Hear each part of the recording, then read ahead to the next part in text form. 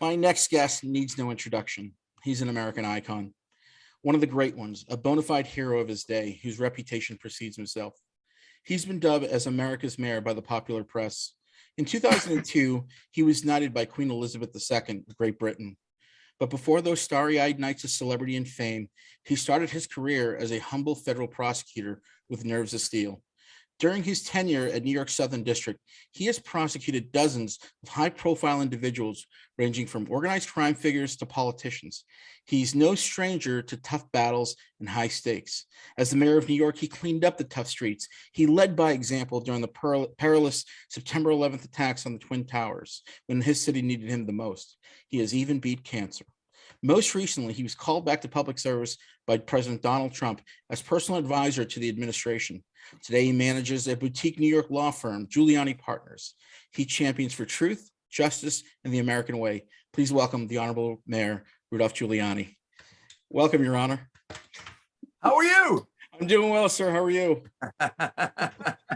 So I'll get right into it. I know we have a time frame.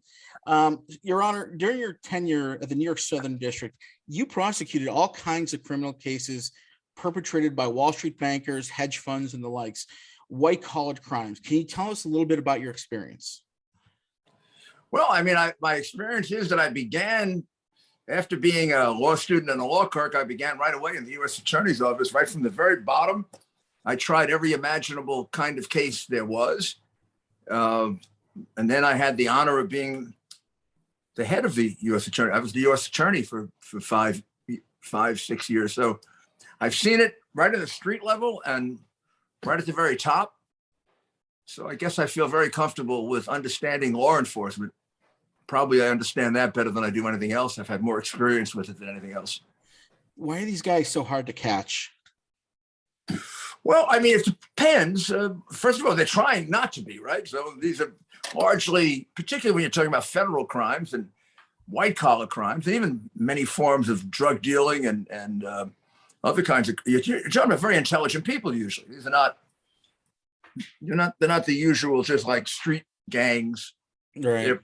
They're people who are, let's say, extraordinarily successful business people who also decide to go crooked, or they're people that could have been very successful, but they've decided to get involved in money laundering, or they get involved in drug dealing. So the point is these are not just dumb people that just go commit a crime. They don't want to go to prison. They don't want to be interrupted. So they work really hard to conceal it. They'll do it in ways that's hard to find. They'll do it with people that aren't going to inform on them. So there's always obstacles in pulling down one of these operations, unless you just get damn lucky and they just, end up right out in the open. Sure. So the AMC GME saga is a good example of hedge funds running amok. What do you think needs to change in terms of American jurisprudence? What laws, and is it at the federal level? Just give me your thoughts on that. Well, I don't think the laws need to be changed much. I mean, I always thought insider trading could be better defined.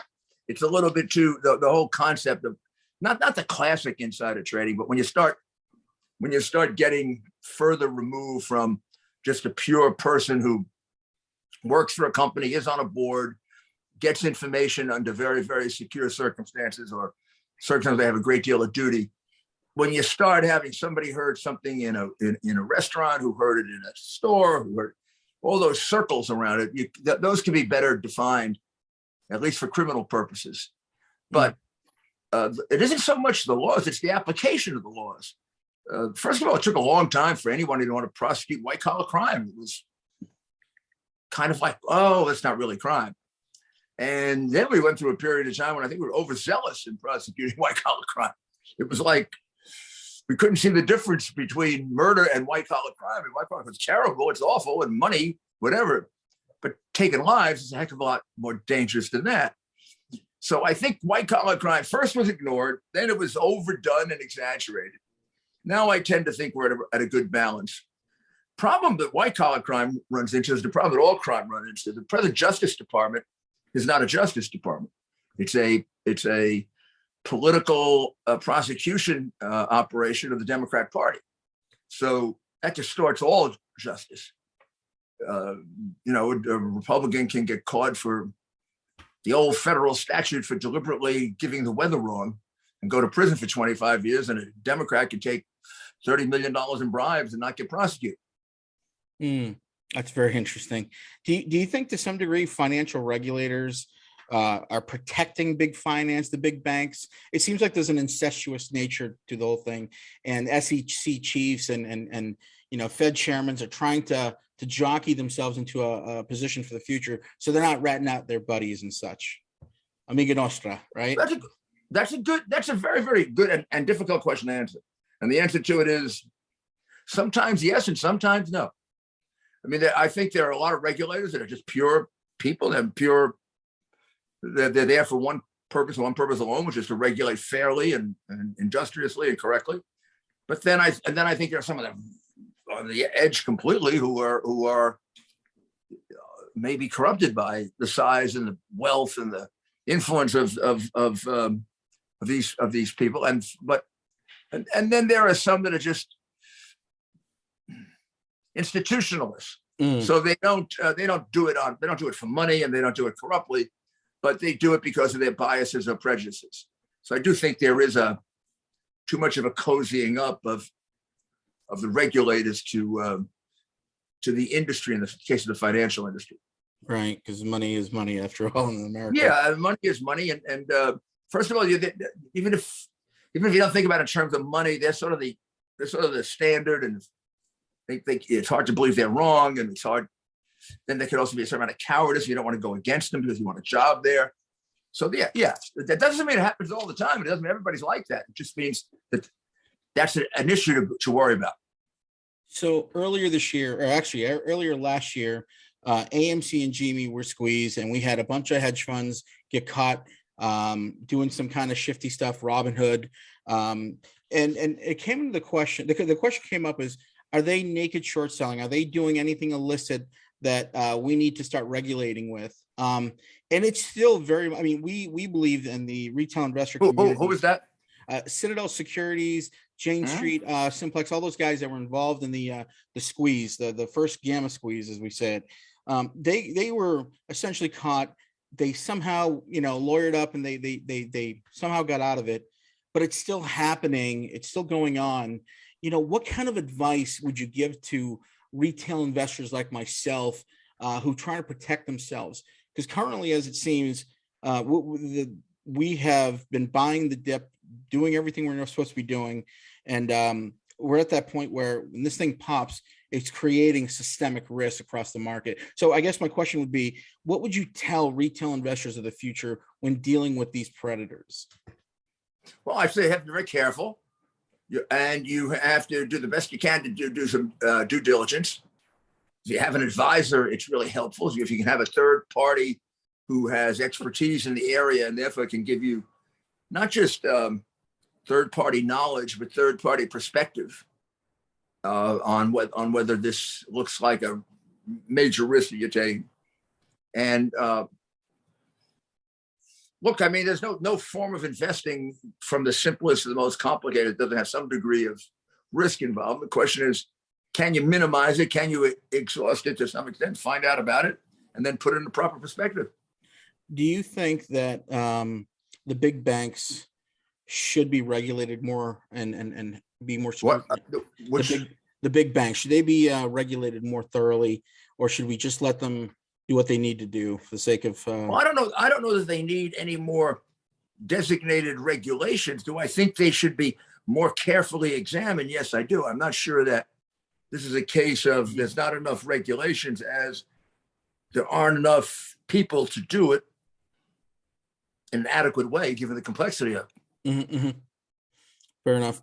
Do you believe that, white collar crime, perpetrated by the hedge funds, individual hedge funds, smaller hedge funds, it's as if the SEC doesn't take it seriously enough, because these guys are sending notes, emails, and no responses from the SEC. And it's very frustrating. Like, what would you say? How do we fix that? More accountability? Yeah, I would say the only way to do that is to let the SEC know, from the point of view of the president, who, after all, even though it's an independent agency, it still has existence within the executive branch.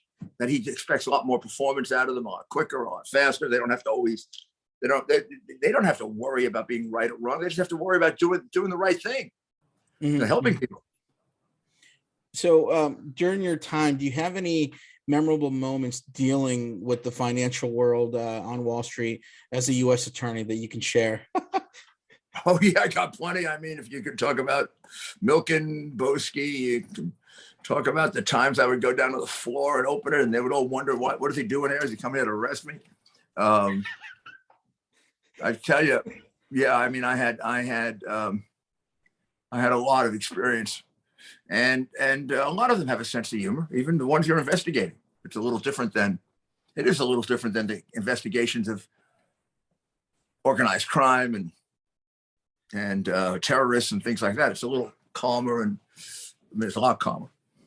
And but it's still an area in which tremendous damage can be done to people, particularly nowadays, with people having a great deal of their future, we could say wealth if we wanted, I guess, but a great deal of it is tied up in banks and in IRAs, and so there's a real interest on their part in having things done in an orderly way.